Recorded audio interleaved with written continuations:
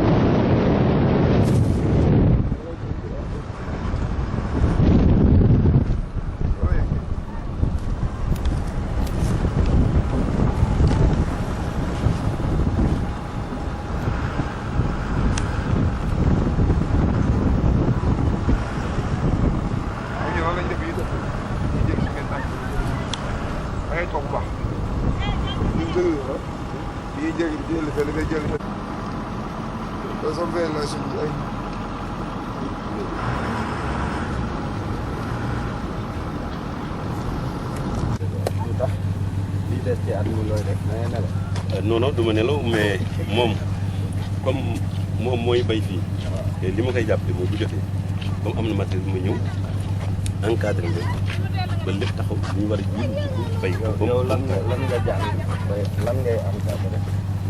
gerte gi mbay mi. waaw ah li ma xam pratiquement. ci pratique rek nga ko xamee. waaw parce que li fi nekk maa ko def. te dinaa ko bayal dugub dinaa ko bayal mboq dinaa ko bayal su pare après soo defee 2 mois parce que fii ne maa ngi fi ñëw ci mois de juin xam naa 2 mois maa ngi dem bëgg bi may demat fekk na labouré naa fi jibu xottiwaat ko doog a dem def lay tuxal Tiwaawan santaane liggéey pour tey mu tombeeg service liggéey bi léegi ñoo nekk mën ci tool après léegi ci kanam tuuti da ngeen gis ñu bay naa sunu aussi sunu bu yaatu mu nga fii tool bi aussi bay naa beneen ci kaw tali bi moom ngeen njëkk a romb bu ngeen dugg si dëkk bi ñu foofu léegi nag mais bu gerte moom suñu commencé maanaam kii ba garab bu ñuul ba la yem fekk na ko parce que ñu bët à l'horizon fekk na ko léegi mën nañ dem buñ demee ba ci suñu yem ñu continuer wër jël soir après xam si quoi malade ñaata semence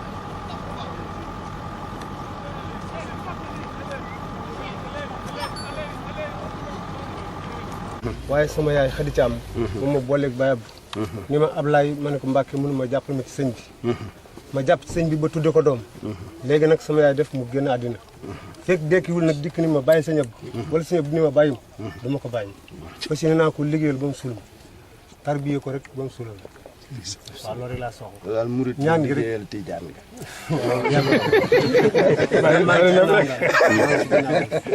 waaw moom tamit wax dëgg yàlla am na lu ma waxoon nee na ma def ma bàyyi ma def la ko def naa ko bàyyi def na ma yaay ak bàyyi kontaan naa ci moom bu baax waaw wax dëgg yàlla moo am payam moo xam di gën ci moom yàlla na ko yàlla defal man daal maa ngi ci gannaawam rek si guddee maa ngi si gannaaw muy bëccëg maa ngi ci gannaawam heure bu nee ma gootu ba ne Mbàkke ñu ne ma 2 heures ci guddi jot na waaye sëñ bi dafa soxla lu ma yoroon rek bàyyi naa ko aw ma xëy aw ma ngoon ci maa ngi si tool bi guddeeg bëccëg jërëjëf sant yéen tamit bu baax seen taxawaay yàlla na ko yàlla yàggal yàlla na yàlla kàttanal leen yàlla na yàlla dooleel leen ci kéemaan yi la bokk. moo yore tracteur bi. moo ñu doon l'hôte de son excellence Seigneur Khalif à Médina Sy. Qu'est-ce qu'il lui vaut sur cette honneur, tout cet honneur? Je voudrais d'abord rendre grâce à Dieu et prier sur le prophète alayhi salatu wassalam et adresser mes plus respectueuses et mes plus chaleureuses salutations à Serigne Abdoul Aziz Al Ibn, qui est notre hôte aujourd'hui. Ce qui lui vaut cet honneur, c'est le devoir d'un fils vis-à-vis d'un père, c'est le devoir d'un disciple vis-à-vis d'un marabout, c'est le devoir d'un citoyen désireux de participer au développement de son pays vis-à-vis d'un acteur important de ce développement. Acteur important par la puissance de son influence, dont il a hérité de ses illustres ancêtres, par la puissance aussi de son courage personnel dans l'accomplissement d'actes de développement de grande envergure.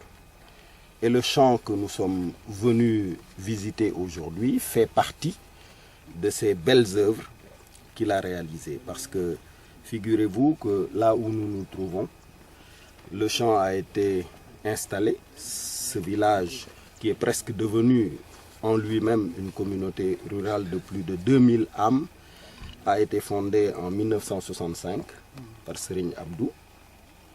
Et aujourd'hui, toutes les merveilles que nous observons procèdent de cette activité-là. Et l'agriculture étant un pan important du programme en cours d'élaboration que j'entends soumettre à l'appréciation de mes compatriotes à l'occasion des échéances prochaines, l'agriculture donc étant un des pans les plus importants, il était essentiel pour moi de venir me sourcer auprès des acteurs qui vivifient ce secteur par leur intelligence, par leur courage, leur travail personnel et leur influence. Pour que justement les gens s'en servent comme référence et comme modèle. Tout à fait. Est-ce que vous pouvez revenir sur les grands axes de votre programme agricole au cas où? La maîtrise de l'eau et l'accompagnement de tous les acteurs pour améliorer le rendement et la productivité. Dans le secteur agricole, 60% des populations y travaillent et 10% seulement du PIB national, c'est-à-dire de la richesse produite annuellement, en provient. Il n'est pas normal que 60% se contentent seulement de 10% des richesses nationales. Donc il nous faut complètement inverser cette tendance. Et par la grâce de Dieu, l'exceptionnelle équipe d'experts composée de hauts fonctionnaires de l'État et de compatriotes qui étaient dans le secteur privé a conscience que c'est là que se passera le développement futur du Sénégal. Et naturellement, nous explorons tous les aspects. Aussi bien, d'abord, le capital humain, son renforcement par des systèmes d'éducation et des systèmes de santé. Et là, nous n'inventons rien du tout. Seydi El Hadj Malik, radiallahu ta'ala anhu, l'avait compris. C'est ça qui avait donné Ndiarndé, Diaksao, puisque toute sa philosophie s'articulait autour de la propagation de la science, mais aussi du travail, en quête du kasbul halal, c'est-à-dire d'une richesse vraiment licite et propre qui permettent de protéger sa religion et qui permettent de protéger sa dignité. Ce qu'il a enseigné donc, c'est la conjonction de l'activité de diffusion de la science et de la connaissance, les dara, mais aussi de l'activité de production d'une richesse licite, propre, qui permettent de préserver la foi et la dignité de l'individu. Donc aujourd'hui, Boulel, Madina Sy sont des prolongements de cet enseignement et de cette activité. Et c'est cela, le fait que Serigne Abdou vivifie cette tradition, que nous sommes venus saluer. Voilà, l'agriculture, Monsieur le Président, c'est un ensemble, c'est tout un processus. Vous avez décliné en fait votre programme. Et qu'est-ce qui sera fait concrètement pour ce qui est de la campagne agricole? Alors, on vous donnera les détails, puisque ce n'est pas moi l'expert. Hein. Je pense que si Aziz avait 2 secondes, il est derrière en train de se cacher, il vous l'aurait expliqué mieux que moi. Et je pense que lui et tous les autres qui y travaillent le feront mieux que moi. Je ne veux pas vous donner d'explications techniques, puisque ce n'est pas moi l'expert, je n'y connais pas grand-chose. Mais ce que je sais, c'est que ce qu'ils m'ont enseigné, eux, c'est maîtriser l'eau, pour que l'agriculture n'ait plus seulement lieu pendant 3 mois de l'hivernage et qu'on puisse travailler du 1er janvier au 31 décembre avec des périodes de pause. Voilà. Monsieur le Président, à Madina Sy, loin des grandes capitales, est-ce à dire que Idriss Seck se rapproche davantage du monde rural? Ah, je n'ai jamais quitté le monde rural. Là, ce que nous sommes en train de faire, puisque quitter le monde rural, c'est quitter le Sénégal. Le Sénégal est essentiellement rural. C'est ça le Sénégal réel. Ça ne s'arrête pas à la corniche et à quelques palmiers plantés là-bas. Hein. C'est ça le Sénégal profond. Le Sénégal, c'est la vallée du fleuve Sénégal. Le Sénégal, ce sont les 700 km de côte où des villages de pêcheurs s'occupent de notre pêche. Le Sénégal, ce sont les 60% d'agriculteurs qui affrontent toutes les difficultés. Vous savez, Serigne Cheikh Ahmed Tidiane Sy, le grand frère de Junior et qui est l'un des intellectuels africains les plus éminents et les plus pointus, a dit quelque chose d'essentiel. Je pense que c'est Himmatul Insan Qahiratun ala Jami'il Akwal. Ça veut dire que yittey doomu aadama dara tëwu ko, mën naa noot lépp. Ça veut dire donc le courage, la détermination des gens à entreprendre peut vaincre toutes les difficultés. Et c'est ça que j'ai vu démontrer ici. À l'origine, le marabout m'expliquait que ici, il n'y avait que des hyènes, des sangliers, etc. quand il venait s'installer. Mais sa foi, sa détermination et son engagement au travail a pu venir à bout de toutes les difficultés et a donné cette magnifique vallée que vous constatez, d'où sortiront des richesses qui profiteront à tous ceux que nous avons croisés.